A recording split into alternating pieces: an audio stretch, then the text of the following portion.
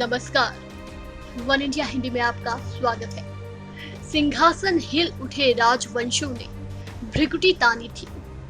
बूढ़े भारत में आई फिर से नई जवानी थी।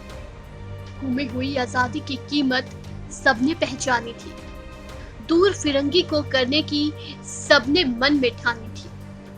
चमक उठी सन 57 में वो तलवार पुरानी थी। बुंदेले हर बोलो के मुंह हमने सुनी कहानी थी।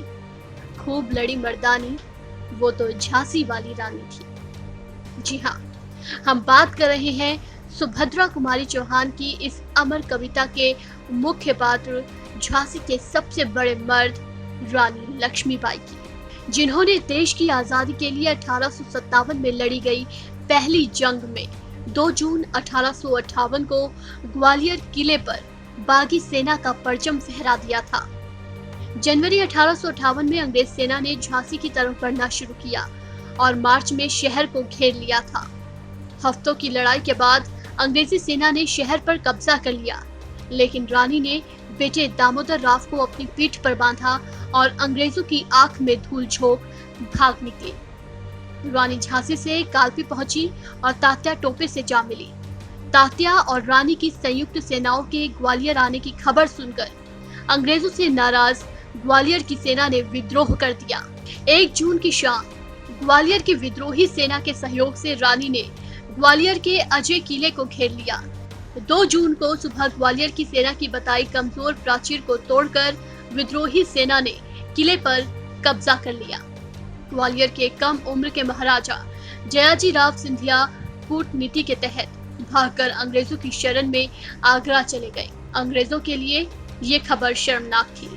अंग्रेजों ने रानी लक्ष्मीबाई के खिलाफ सेना मैदान में उतार दी। महारानी लक्ष्मीबाई अपने वफादार घोड़े पर सवार अंग्रेजों पर बिजली की तरह टूट पड़ी और अंग्रेजों का सफाया कर तेजी से आगे बढ़ने लगी। लड़ते लड़ते वो एक नाले तक जा पहुंची, लेकिन वहां पहुंचने के बाद उनका घोड़ा अड़ गया। मौके की गनीमत देख अंग्रेज सैनिकों ने लक्ष्मीबाई को चारों तरफ से घेर लिया। उन्होंने आखिरी वक्त तक बहादुरी से लड़ते कई अंग्रेजी सैनिकों को मार डाला, लेकिन आखिर में उन्हें भी अपनी जान से कुर्बानी देनी पड़ी। इस तरह 18 जून 1858 का दिन ग्वालियर में महारानी लक्ष्मीबाई की जिंदगी का आखिरी दिन साबित हुआ।